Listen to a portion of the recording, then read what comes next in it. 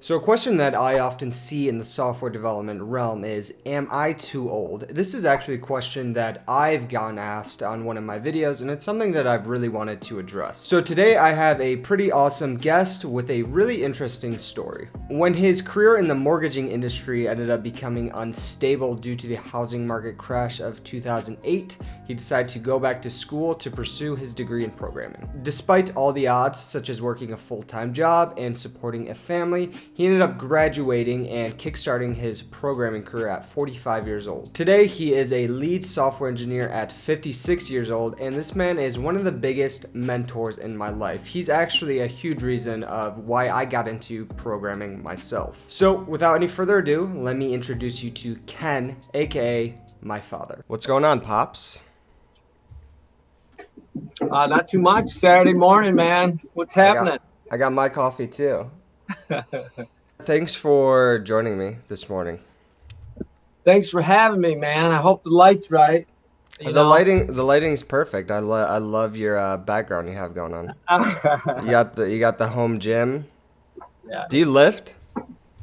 Yeah, I exercise a little bit. Sure do.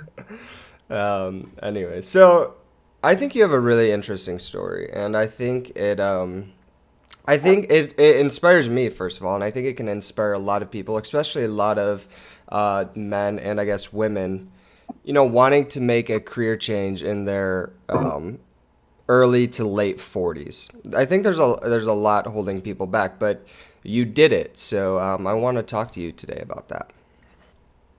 Okay. What would you like to know? So let's first start off with what do you do? I'm a software developer. Where do you work at? I work for the government. I mean, it's the state government. It's nothing, you know, fancy or exotic or It's a good job. You're a lead there, it's right? it's a good No. job. Yeah, I'm a lead, but I mean, I don't work for some. Yeah, I'm a lead developer. When did you actually get into software development? I think you've been a programmer for what, 11 years now, is that right? Yeah, I've been a software developer since 2010. Yeah.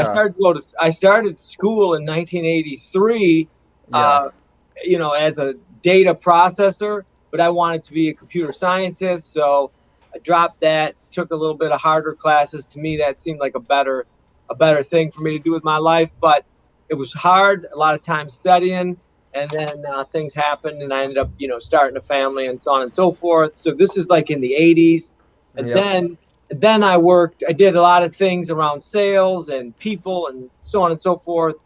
And then I worked in the mortgage business for a while. And then the Great Recession of 2008 happened. Well, it really happened. It started happening in 2005.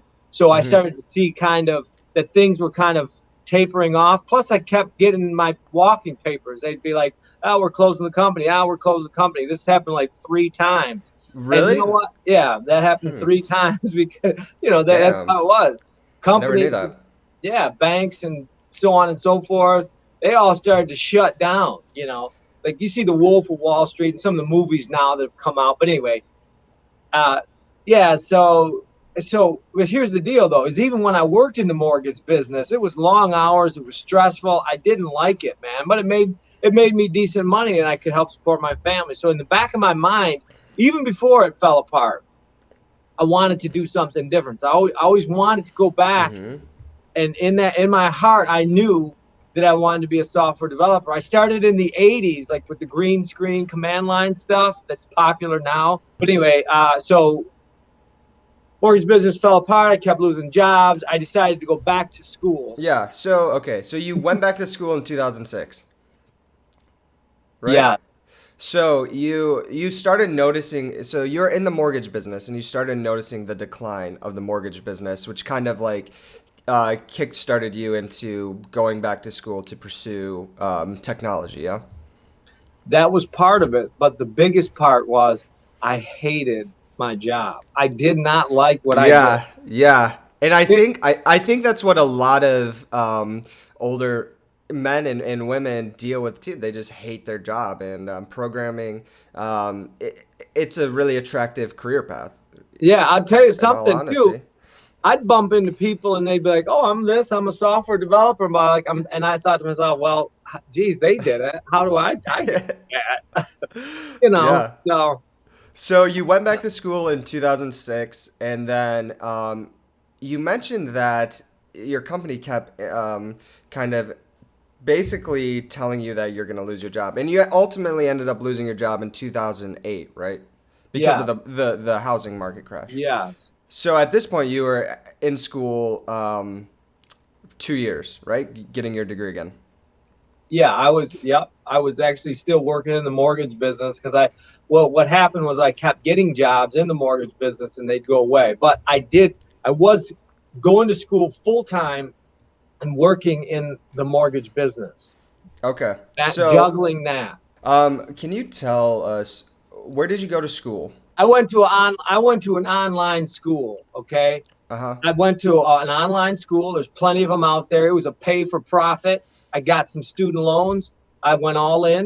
I got the student loans. I did my FAFSA. I took all the money Yep. to be able to go to college. And these for profit schools, one of the things is that they're going to charge you the most, and you're going to have to you're going to have to pay that back eventually. But the thing is, I didn't care. I didn't like what I did. I didn't care. Yeah, yeah. So I went back to an online school. It was online and in class. There was a mix of it, and you can find them anywhere. I'm not going to mention any names or whatever, but No, that's the good. reality is they're out there. So you went back to an online, you went back to school online. At this Yeah, point, I don't think code boot camps were very popular in 2006 or whatever. yeah. Um, It was 2008 ish. there's one question that I really want to ask you. So, I mean, you've always told me, do the work, in life to really get what you want. How did you manage to do the work to go back to school while raising a family and working a full-time job? When you have a passion for something that you do, okay, you find the gaps. You sleep less. You eat your meals at the computer. You forego some things that you do, say, with your buddies.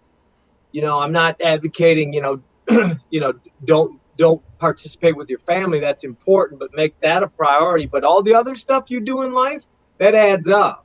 And if you have a passion to do something different, all you want to do is get that degree. All you want to do is learn a new craft. You will find time, and in that, you get juiced. You get excited. If you ever been tired and you only maybe got 4 or 5 hours of sleep, but you're getting ready to go on a plane with your friends to go on vacation, you don't feel tired, man. You're juiced. If you have that kind of passion to do something, whatever it is, then you'll find the energy and you will do the work. And when you do the Mm-hmm. work, Mm-hmm. when you show up and you do the work and you learn the craft, you get to meet people that do the same thing. And in meeting those people, then you start to make connections, and actually the universe shows up because it wants what you want. I'm not just saying this, man. This is No, what you're happens. right. Yeah. But if you don't if I say, I want to be I want to be something else. I really want to be, I don't know whatever I want to be. Say I want to be a bodybuilder, and I want to be a master's, like, over 55 year old bodybuilder, and I want to win and I want all this fame. But in my heart, if that's not my passion, I'm not going to do it. I might go through the motions, but it's going to be half-assed because I won't be juiced. Yeah. So you So, got to have the passion for it. That's the key. And so you do yeah. the work, you talk to the people, you do the stuff, you do the thing, you make the connection, and it will be given to you. So, you would say then, like, if you don't enjoy programming, like, you shouldn't pursue it, no matter how attractive that career could If it's be. not your passion, man, find what your passion is and do that, man. I love it. Yeah. If knitting is your passion, do that. But not only do your passion, but you got to do it with people. So you got your first software development job when you were 45, right? Yes, I got my first real software development job. I was 45 years old, 44, 45. That was the company that you hired me at, right? To do Yeah, like yep, that was your first software job, and ironically, that was my first job ever. So yeah. I It was a I think small, that's pretty cool. it I was a was small, 14. yeah, it was a small family place, and everybody was really cool. And you know, they took me on, and there was one fellow there who taught me. He taught me because he saw that I had the passion. So you're 45. Yeah. Do you think you ever dealt with ageism, like in your career at all, or when you were first looking for a job?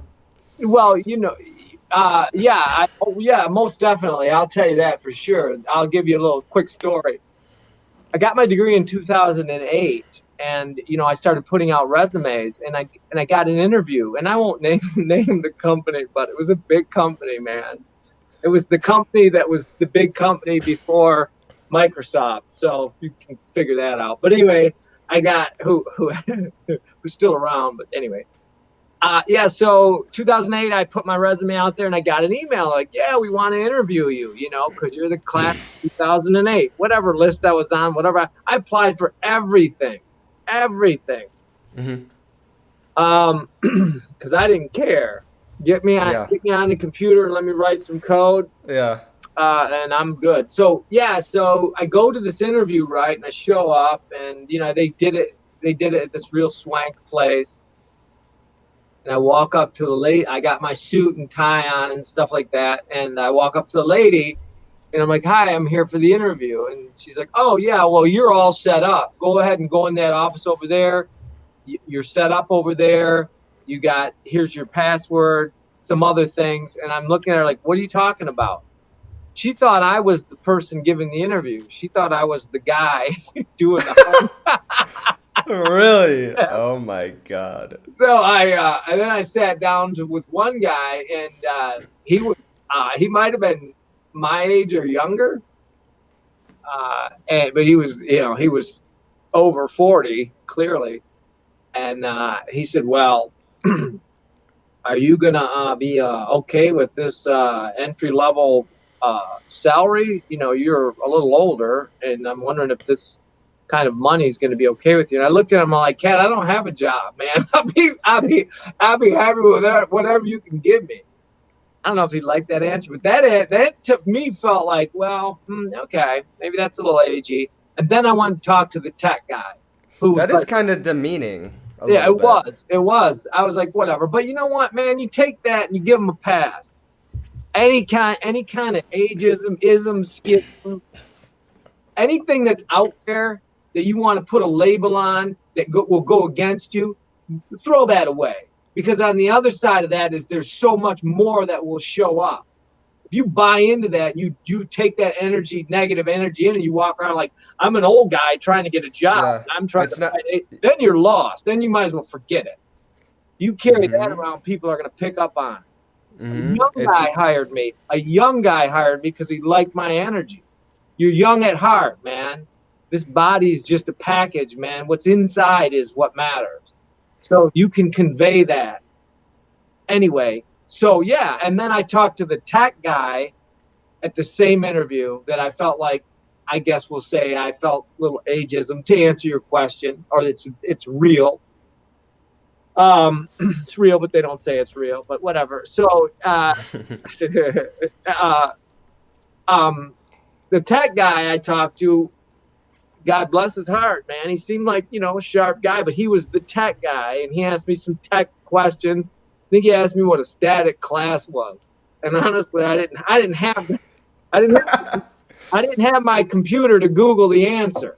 Yeah. If you give me a tech, you want to give me a grocery list of tech questions, give me my tools so that I can do my job. My tool is my computer, and that's Google, and I'm plugging Google or whatever you use.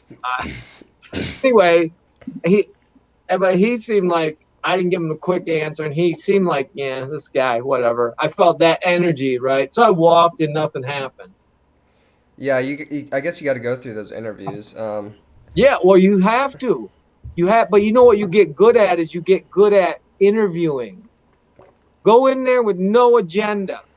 Go in there and sit down and look at that person and listen to the question they're asking and tell them what is inside.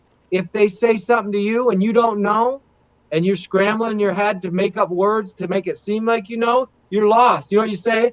I don't know, but I got a computer and I can Google it. And I'll tell you what, I'll figure it out. And I think that's you're kind of like letting go of your ego. You got to let it go, man. A lot of developers struggle with that. You know, there's a lot of developers who, or at least I've met in my career, that are really egotistical, and they don't want to admit that they're wrong or they don't know. And I think it's a very good trait to have as a human being and as, you know, as a dev, right? Yeah, it's the best trait to have, because here's the deal, man. All we ever wanted to do is just be ourselves and have people accept us for who we are. But we go around acting like we're somebody else, and everybody can figure that out. Just be yourself, man. Be who you are, and you'll get whatever you want. And the truth is your job, money, whatever, you got it all already. You just don't know it. But anyway, we're talking about a job, so yeah. Anyway. So another point I want to talk about is you mentioned when you first got into programming that you weren't sure if like you were like smart enough, but then you talked to people who were developers and you kind of said, hey, well, if this person can do it, I can definitely do it.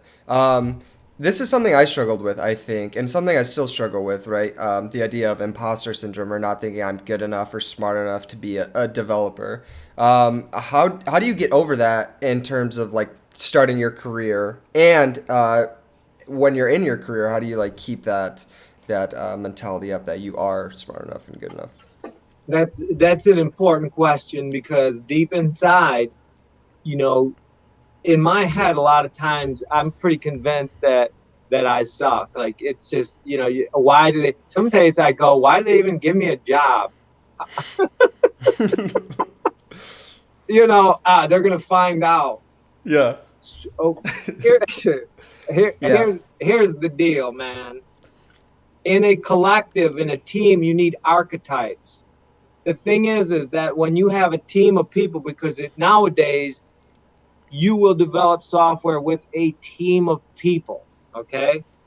What I realized, and I realized this about 4 years into my career, because I thought a good developer was the code slinger, the guy or gal the person who got the thing done the quickest, the hero. Well, it's broken. Call this person. They know, they're so smart. And you know what? There are beautiful people like that they just amaze me with their ability. Like, wow, how do you know that? But they do. And the thing is that there's also a need for whatever archetype you are. What that is, I don't know. So I would consider myself like an average dev, but I would also consider myself above average in terms of like how I communicate with people. I think it's okay to be an average dev, you know, but as long as you play your strengths in whatever role you're in, you can really succeed in your career. You're right. Here's the deal, man.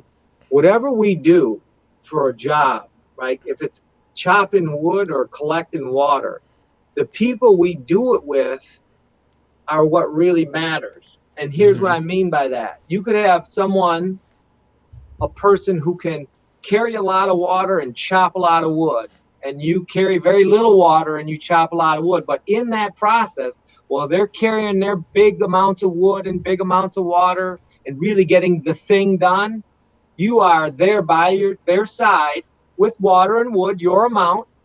And you know what? I'll use the word, you're loving them, man. You're digging them. You're making them smile. You're telling them that they're awesome. Okay? You're listening to them when there's a piece of them that's not there. You support them. And then they want you around. And then they open and they teach you, and that's how you get better. You're like the hype man. The hype man. Whatever, maybe. I don't know. You know, the thing is there's a lot of companies that do these psychological models. They say you're this and you're that and you're this. There's room for everybody, man. So I have one more question, then we can wrap it up there. So, you went from getting rejected to being the one that rejects people? Not necessarily, but you say in the hiring process. Yeah. What are you looking for in somebody, like when you're vetting them out? It's just like anything else, son. You know what it is? When I went to H&M to get my favorite sweater, which I have on today. it, it's a medium. I had to put my ego in my back pocket because I'm used to large. It's a It's schmedium. a schmedium. I'm used to wearing larges, but I had to say, well, it fits nice. It's tight, man. You know, or it's not. It's not. Anyway, when I went to find when I go to find a garment that I'm going to put on, there's a beautiful small right there, and that's the perfect color. I put it on, it doesn't fit. I'm not going to do that garment any service if I try to wear it because it doesn't fit. Mm. So the thing is that so when I look for someone who will fit, not for me, but for the people around me. I put the needs of others before myself, and in doing that, I get more. You know, if it doesn't, if they don't fit, then I can't do it. I mean, yeah. But the thing is I had to be rejected a few times to grow. Everybody Of does. I mean, course. failure is necessary. I mean, you know, the thing is, it's like the old moth and the butterfly thing, right? If the moth is trying to break out of the cocoon, you don't go in there and crack it open to let it get out because you could kill it. Yeah. That's the same process. I trust in the bigger process. And you mentioned earlier that like you got to go into an interview with no agenda. No agenda. People like do this thing where they study for interviews and they go through all the questions and they rehearse it hundreds and hundreds of times, or maybe not hundreds, but you know you get what I'm saying. This is something that I did, you know, for a while, and every time I'd rehearsed like interviews and job questions, I'd always go in and I would like bomb the interview, or I would choke up, or it seemed very rehearsed. But for example, when I got my first job at the moving company for a software developer, I went in there just totally expecting that I wouldn't get the job, right? The requirements on the job said 3 to 5 years of experience and a bachelor's degree. I didn't have a degree. I had like 1 year internship experience. I went in there with no agenda. I just said, fuck it. I'm going to be myself. Let's see how this goes. And I ended up, you know, killing it. And those people loved me, right? And that's how I got my first software development job. Yeah, man. That's right. That's right. So yeah, I think that's important. I think and that's the key. That is the key. It goes against what a lot of people preach too, like of preparing for interviews and sitting down and studying, right? I'll tell you this: Hollywood is beautiful for this. I remember Shawshank Redemption. There's a scene where Red, that's the older guy, that Andy Dufresne's buddy, he was sitting there, and they showed how he kept going in front of the parole board, and he went down his checklist, just like you said. Well, I've done this, I've done that, and he said these words that he thought they wanted to hear, and they kept deny. When he finally sat down and looked those people in the eye and said, you know what, man, I wish I could go back and I wish I could talk to that young man that did that crime, but I can't. And there's nothing I can do about that. But I'll tell you where I am today. And then he broke it down and they approved it because he didn't have anything to lose. When you have a price and you want to grasp at something, you won't get it. When you have nothing to lose, you get it all. Just be yourself, man. Be exactly who you are and have no fear. And I'll tell you what else that goes with nowadays. Wear something comfortable. Don't put on your dad's suit. To an interview? I mean, come on, yeah. Wear something sharp and classic. Something that's clean and professional. But don't come in there with your 9th grade suit that looks like you're uncomfortable. You know, somebody has asked you to take off your suit because they feel sorry for you because you just look so trapped, man. You don't write code in a suit. Thanks for talking with me. Yeah, man. Today. Thanks for having me. Anytime, man. It's awesome. Yeah, I'll talk to you later. And yeah, love you, Pops. All right, son. I love you too, man.